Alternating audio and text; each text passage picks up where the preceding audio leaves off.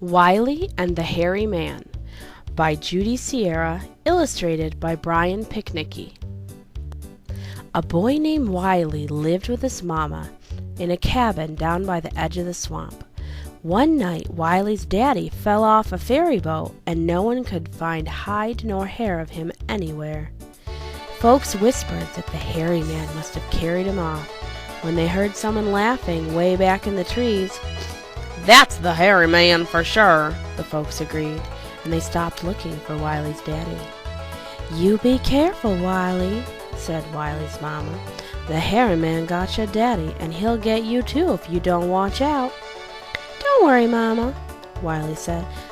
"I'll take my hound dogs everywhere I go. The hairy man can't stand hound dogs." Wiley's mama smiled because she knew that that was true. Wiley's mama knew lots of things, like conjure magic.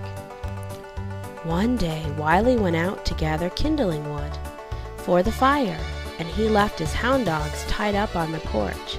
He couldn't find much wood, so he kept walking deeper and deeper into the swamp. Everything was still and quiet, and Wiley felt a chill climb up the back of his neck. He turned around real quick and saw a man coming towards him through the trees, grinning. The man sure was ugly, and that grin didn't help much. He was hairy all over, and his eyes glowed red. "Hello, Wiley," the man said. "Don't you look at me like that, Mr. Hairy Man," said Wiley. He glanced down and saw that the hairy man didn't have feet like a person. He had feet like a cow. Now Wiley reckoned that he had never seen a cow climb up a tree, so straight away he shimmied up the nearest bay tree. "You come down here, Wiley," shouted the hairy man. "You come up and get me," Wiley shouted back. The hairy man just grinned, and drool rolled off his long yellow teeth. "No, thank you, Wiley. I'll just wait here until you get tired or hungry." Wiley thought about that hairy man down there on the ground, and he thought about his hound dogs back home, and he came up with a plan. "Mr. Hairy Man, I hear you know conjure magic." "I'm the best conjure man in the county," the hairy man boasted. "I bet you can't make something just disappear," said Wiley. "Something like that bird's nest sitting there at the end of the branch?" the hairy man asked. "Now it's disappeared." Wiley looked at the empty branch. "Well, how did I know that bird's nest was there in the first place? I bet you can't make something I know is there disappear." "Ha ha ha!" chuckled the hairy man. "Where's your shirt?" Wiley looked down, and his shirt was gone. "Ah, that was just a plain ordinary everyday shirt," Wiley said. "But I bet you can't make this disappear." And he pointed to the rope that was holding up his breeches. "This rope is special because my mama used conjure on it. No one can make my mama's magic conjure rope disappear." "Shucks! I can make every piece of rope in this county disappear." Then the hairy man roared out, "Every rope in your county has gone disappeared." Wiley held tight to his breeches to keep them from falling down, and he laughed because the hairy man had done just what he wanted him to do. "Yes, sir, you are a mighty good conjure man," said Wiley. He took a deep breath, and he called out, "Here, dogs! Here, dogs! Here, dogs!" There was the sound of hound dogs yelping and barking, coming closer and closer. That old hairy man took off into the swamp lickety-split. Wiley ran home and told his mama what had happened. "Wiley," she said, "you fooled the hairy man one time, and that's good. If you can fool him twice more, he will be bound to stay away from you for good and forever."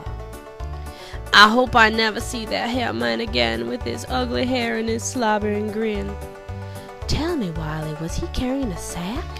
Wiley's mama asked. "Yes, Mama, a big croaker sack," Wiley's mama smiled. I just thought of a way for you to put the hairy man in the dirt. If I put him in the dirt, he'll surely put me in his croaker sack. Listen to me, said his mama. Go into the swamp tomorrow and leave your dogs here at home. When you see the hairy man, tell him he can't change himself into some great big animal. If you say he can't do something, he'll do it for sure. Then tell him he can't turn into some small, slow animal, and he'll do that too. And when he does, shove that hairy man, slam bam, thank you ma'am, into that croaker sack. Then I can cause him in the river with the croaker fish, laughed Wiley. The next morning, Wiley shut his dogs into the cabin and walked off towards the swamp, whistling all the way to keep up his courage.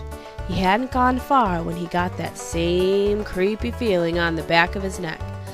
The next instant, the hairy man stepped from behind a tree and stood right in front of him. Hello there, Wiley! Hello there, hairy man, said Wiley. What have you got there in that croaker sack? I ain't got nothing yet, the hairy man grunted, and he laid the sack down at the ground next to him. Mr. Hairy Man, Wiley said, I can hear you can change yourself into any animal you want to. Yeah, right, said the hairy man, and he was grinning real big and drooling something fierce. You can't change into a great big animal like a bear, said Wiley. The hairy man spun around, and there stood a huge, hairy bear. And that bear was just smiling and drooling and looking straight at Wiley. That's pretty good, said Wiley, but you can't change into an alligator. The bear whirled around, and 2 seconds later, Wiley was staring straight into the teeth of an alligator's mouth, full of slobbery yellow teeth. You sure are good conjure man, said Wiley, but you can't change yourself into a little bitty possum. The alligator twisted and turned, and when the dust settled, there was a tiny possum crawling in the dirt. Wiley grabbed the possum and slammed it into the croaker sack. He tied it up real tight and went and threw it in the river. Wiley started off for home, feeling mighty proud of himself. But then he heard the hairy man's voice rising out of the swamp. Wiley! Wiley, I'm coming to get you tonight! Wiley ran as fast as his legs could carry him. I did exactly what you said, he told his mama. But the hairy man got out of the sack, and he says he's coming here tonight to get me. Why, that hairy man must have conjured up the wind to blow himself out of that sack, said Wiley's mama. But still, you did fool him a second time. Then she sat in her rocking chair and rocked and studied how they could play the hairy man one more trick. In the meantime, Wiley ran around and did everything he could think of to keep the hairy man from coming inside the cabin. He tied one of his hound dogs on the front porch and one out the back. He closed the shutters and set up a broom handle across the window, because no evil thing can step over a broom handle. He built a big fire in the fireplace in case the hairy man had a mind to come down the chimney. Finally, his mama stopped rocking and said, Run out to the barn, Wiley, and bring me one of those newborn baby pigs. As Wiley was going to the barn, a peculiar animal, sort of like a boar, only twice as big, ran by. One of Wiley's hound dogs broke loose and chased after it. Then, when Wiley was coming back from the barn, with the baby pig in his arms, another animal, big as a horse with a long horn growing out from its nose, ran by. Wiley's other dog broke away and tore off after it and disappeared. Wiley slammed the door of the cabin behind him and shut the latch tight. Put the pig in your bed, Wiley, and heap up all the covers on top of it," said his mama. So Wiley did that, and he was pulling the covers over the pig. He got a creepy feeling up around the back of his neck. There was a scraping against the wall of the cabin, then a noise of footsteps on the roof. Only it didn't sound like a regular person's footsteps. "Oh! Oh! Oh! That's hot!" The hairy man hollered. He started cursing something fierce, and the whole cabin shook so hard Wiley thought it would fall down around him.